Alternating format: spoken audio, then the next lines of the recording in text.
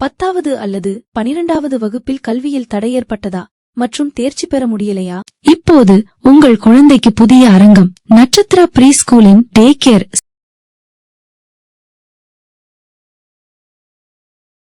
நீ இப்போது கேட்கப் போவது ஊக்கமல்ல, ஆலோசனையல்ல. இது ஒரு திசை மாற்றம். உலகம் எப்படி செயல்படுகிறது என்பதை உன் மனம் மெதுவாக மீளமைக்கும் ஒரு அமைதியான மாற்றம். இது கத்தலாக தொடங்காது, மெல்ல கிசுகிசு போல் தொடங்கும். ஆனால் உள்ளுக்குள் ஒரு ஆழமான அழுத்தத்தை உருவாக்கும். ஏனென்றால் இதுவரை நீ பணத்தை உழைப்பின் பலனாகவும் நன்மையின் வெகுமதியாகவும் பாதுகாப்பாகவும் பார்த்திருந்தால், இங்கே அந்த மாயை மெதுவாக உருகும். பணம் நடுநிலையானது அல்ல. அது ஒருபோதும் நடுநிலையாக இருந்ததில்லை. அது எண்கள் அல்ல, அது அமைப்பு, அது நெம்புகோல், அது கட்டுப்பாடு. நீ பணத்தை எப்படி பார்க்கிறாய் என்பதைக் காட்டிலும் முக்கியமானது, மற்றவர்கள் அதை எப்படி பயன்படுத்துகிறார்கள் என்பதை நீ கவனிக்கும் திறன். பெரும்பாலான மனிதர்கள் பணத்தோடு உணர்ச்சியாக இணைந்திருக்கிறார்கள். பயம், நிம்மதி, குற்ற உணர்வு, பெருமை, பதற்றம்.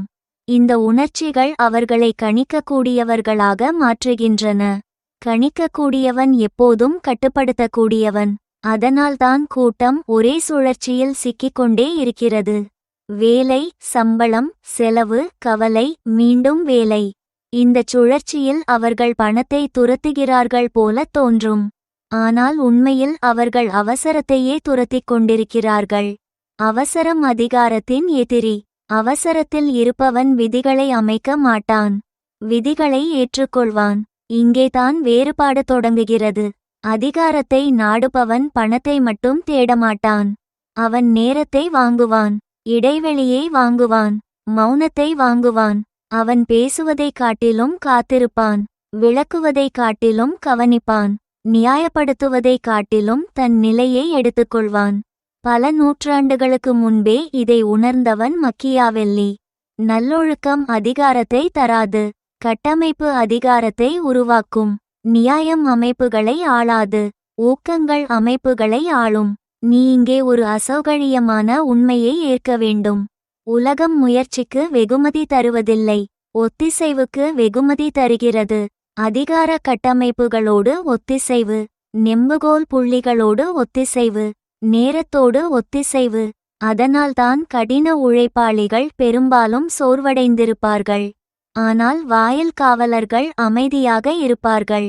கூட்டம் வெளிப்படைத்தன்மையை செல்வாக்கு என்று குழப்புகிறது. விருப்பக்குறிகள், சத்தம், கைத்தட்டல், அங்கீகாரம், இவை எல்லாம் ஆற்றலை உறிஞ்சும். அதிகாரம் சேரும் இடம் எப்போதும் அமைதியானதே. மௌனம் பலவீனம் அல்ல, மௌனம் ஒரு சைகை. மௌனம் என்றால் இப்போது எனக்கு உன் தேவையில்லை. மௌனம் என்றால் நான் எதிர்வினையாற்றவில்லை. மௌனம் என்றால் நான் காத்திருக்க முடியும். உடனடி அங்கீகாரம் தேவைப்படுவோருக்கு காத்திருப்பது பயமூட்டும். அழுத்தத்தில் இருப்பவன் விளக்கத் தொடங்குவான், பேரம் பேசத் தொடங்குவான், சீக்கிரமே சமரசம் செய்யத் தொடங்குவான். அதுவே அவனுடைய பலவீனத்தை வெளிப்படுத்தும். பணம் அந்த அழுத்தத்தை கரைக்கிறது. திடீரென்று நீ எதிர்வினை நிலைமையில் இல்லை, நீ வடிவமைக்கும் நிலைமையில் இருக்கிறாய். வடிவமைக்கும் நிலையில் நீ விதிகளை எழுதுகிறாய், மற்றவர்கள் அதில் விளையாடுகிறார்கள். இங்கே கொடுமை எதுவும் இல்லை. இது ஒழுக்கத்திற்கு எதிரான பிரசங்கமல்ல, இது இயந்திரவியல், ஈர்ப்பு விசையைப் போல. நீ நம்பிக்கையோடு வாதிடலாம், ஆனால் விழுவது நிற்காது. அதிகாரம் என்றால் வெளிப்படையான ஆதிக்கம் என்று மக்கள் நினைக்கிறார்கள். கத்தல், கட்டளை, அச்சுறுத்தல், இவை அனைத்தும் உடைந்து போகும் அதிகாரம். மக்கியாவெல்லி இதை எச்சரித்தான். வெளிப்படையான வன்முறை எதிரிகளை உருவாக்கும், நுண்ணிய கட்டுப்பாடு சார்பை உருவாக்கும். சார்பு இருக்கும் இடத்தில் கிளர்ச்சி அரிது. நீ ஊக்கங்களை வடிவமைத்தால் மக்கள் உனக்கு பயனுள்ளதாக இருக்கும் தேர்வுகளை தேர்ந்தெடுப்பார்கள். அதுவே அவர்களுக்கு பயன் தருகிறது என்று நம்புவார்கள். பணம் இங்கே பெருக்கி, அது விசுவாசத்தை வாங்காது, மாற்று வழிகளை குறைக்கும். தேர்வுகள் குறைந்தவனுக்கு எதிர்ப்பு ஒரு ஆடம்பரம், தேர்வுகள் அதிகமானவனுக்கு மௌனம் ஒரு ஆடம்பரம். இப்போது நீ கவனிக்கத் தொடங்க வேண்டும். கூட்டங்களில் யார் அவசரமாக பேசுகிறார்கள், யாருக்கு ஒப்புதல் தேவை, யார் அதிகமாக விளக்குகிறார்கள், யார் அமைதியாக இல்லை என்று சொல்ல முடிகிறது? இல்லை என்று சொல்லும் திறன்தான் இறுதி அதிகாரம். கூட்டம் ஆம் சொல்ல வேண்டிய சூழலில் வாழ்கிறது. அதிகார நிலைமையில் இருப்பவன் இல்லை என்று சொன்னாலும் எதுவும் உடையாது. அந்த அசமத்துவமே எல்லாம். பணம் உன்னை வலிமையாக்குவது அது அவசரத்தை அகற்றுவதால், சார்பை அகற்றுவதால், பிறரை ஈர்க்க வேண்டும் என்ற தேவை அகற்றுவதால். திடீரென்று நீ வெளிப்பாட்டை துரத்த மாட்டாய். வெளிப்பாடு ஆய்வை அழைக்கும். ஆய்வு எதிர்ப்பை அழைக்கும். எதிர்ப்பு நிலையை சிதைக்கும். அதனால்தான் உண்மையில் சக்தி வாய்ந்தவர்கள் சலிப்பாகவும் கணிக்கக்கூடியவர்களாகவும் கிட்டத்தட்ட தெரியாமலுமே இருப்பார்கள். நாடகம் ஆற்றலை உண்ணும். நிலைத்தன்மை ஆற்றலை பெருக்கும். கூட்டம் உணர்ச்சியில் முதலீடு செய்கிறது. அதிகாரம் கட்டமைப்பில் முதலீடு செய்கிறது. ஒப்பந்தங்கள், உரிமைகள், அணுகல், நேரம், வெளியேறும் வழிகள், பல பாதைகள், மீளமைப்பு, தாங்கும் திறன்.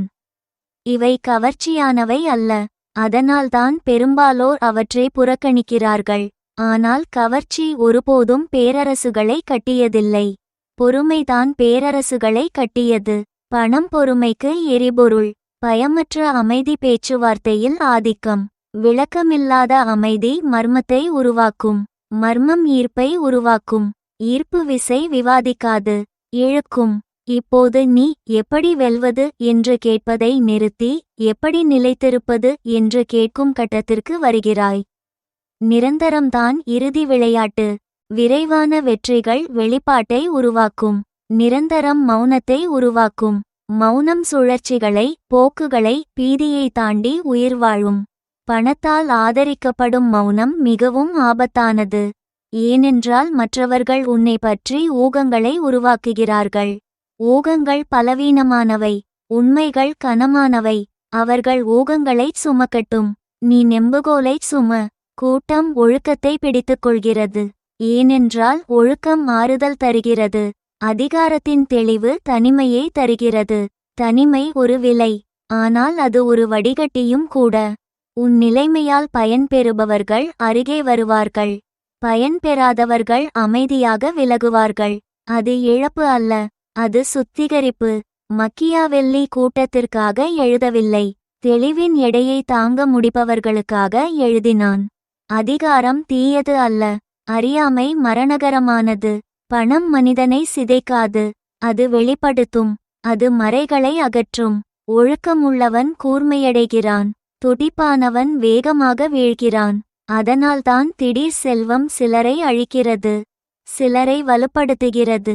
பணம் அவர்களை மாற்றியதில்லை, அவர்களை வெளிப்படுத்தியது. பணத்தை பயன்படுத்தி தூரத்தை வாங்கு. சத்தத்திலிருந்து தூரம், எதிர்வினையிலிருந்து தூரம், எதிர்பார்ப்பிலிருந்து தூரம். தூரம் உனக்கு அடுக்குகளில் சிந்திக்க இடம் தருகிறது. அடுக்குகளில்தான் உத்தி வாழ்கிறது. ஒரே அடுக்கு சிந்தனை கூட்டத்தின் சிந்தனை. உடனடி வெகுமதி, உடனடி வலி, உடனடி பதில். அடுக்கு சிந்தனை இரண்டாம் விளைவுகளை, மூன்றாம் விளைவுகளை கணக்கிடும். இது தோல்வியடைந்தால் என்ன? நான் இல்லாதபோது யார் பயன்பெறுவார்கள்? காலப்போக்கில் எந்த அழுத்த புள்ளிகள் வெளிப்படும்? பணம் நிகழ்காலத்தில் சிதையாமல் எதிர்காலங்களை ஒத்திகை செய்ய உனக்கு அனுமதிக்கிறது. அதுதான் உண்மையான முன்னிலை. காலப்போக்கில் மக்கள் உன்னைச் சுற்றி தங்களைச் சீரமைப்பதை நீ கவனிப்பாய். உரையாடல்களின் தொனி மாறும். பேச்சுவார்த்தைகள் சற்றே சாயும். நீ துரத்தாமல் சலுகைகள் தோன்றும். மோதலுக்கு முன்பே எதிர்ப்பு கரையும். அது கவர்ச்சி அல்ல, அது நிலை. நிலை கட்டுப்பாட்டால் காக்கப்படுகிறது. கட்டுப்பாடு வளங்களால் காக்கப்படுகிறது. வளங்கள் ஒழுக்கத்தால் காக்கப்படுகின்றன. ஒழுக்கம் மௌனத்தால் காக்கப்படுகிறது. வட்டம் முடிகிறது. இப்போது நீ ஏன் பெரும்பாலோர் அந்தச் சுழற்சியிலிருந்து வெளியே வர முடியவில்லை என்பதை புரிந்துகொள்கிறாய். அவர்கள் முட்டாள்கள் என்பதால் அல்ல, ஆறுதல் அடிமையாக்குவதால். அவசரம் நோக்கமாக தோன்றுகிறது. சத்தம் அதிகாரமாக தோன்றுகிறது. ஆனால் உண்மையான அதிகாரம் சலிப்பானது, அமைதியானது, நடைமுறைபூர்வமானது, தெரியாதது. அது திரும்ப முடியாததாக மாறும் வரை. இதை நினைவில் வைத்துக்கொள். பணம் இலக்கு அல்ல, நெம்புகோல்தான். பணம் சுதந்திரம் அல்ல, தேர்வுகள்தான். பணம் ஆதிக்கம் அல்ல, மறுப்பதுதான். மௌனம் ஏன் பாதுகாக்கிறது? கட்டுப்பாடு ஏன் பெருக்குகிறது, வெளிப்பாடு ஏன் பலவீனப்படுத்துகிறது என்பதை நீ நினைவில் வைத்திருக்கும் வரை நீ மீண்டும் கூட்டத்தின் மாயையில் விழமாட்டாய். இது முடிவு அல்ல, இது ஒரு நிலைப்பாடு. இதை ஏற்றுக்கொண்டவுடன் உலகம் உனக்கு பதிலளிக்கத் தொடங்கும். நீ உலகத்துக்கு அல்ல. இந்த வீடியோ உங்களுக்கு பயனுள்ளதாக இருந்தால் ஒரு லைக் கொடுங்கள், உங்கள் நண்பர் உடன் பகிரவும். மிக முக்கியமாக எங்கள் சேனலை சப்ஸ்கிரைப் செய்ய மறக்காதீர்கள். புதிய வீடியோக்கள் வரும்போது உடனே அறிந்து கொள்ள மணி ஐகானையும் கிளிக் செய்யுங்கள். நன்றி உங்கள் ஆதரவுக்காக.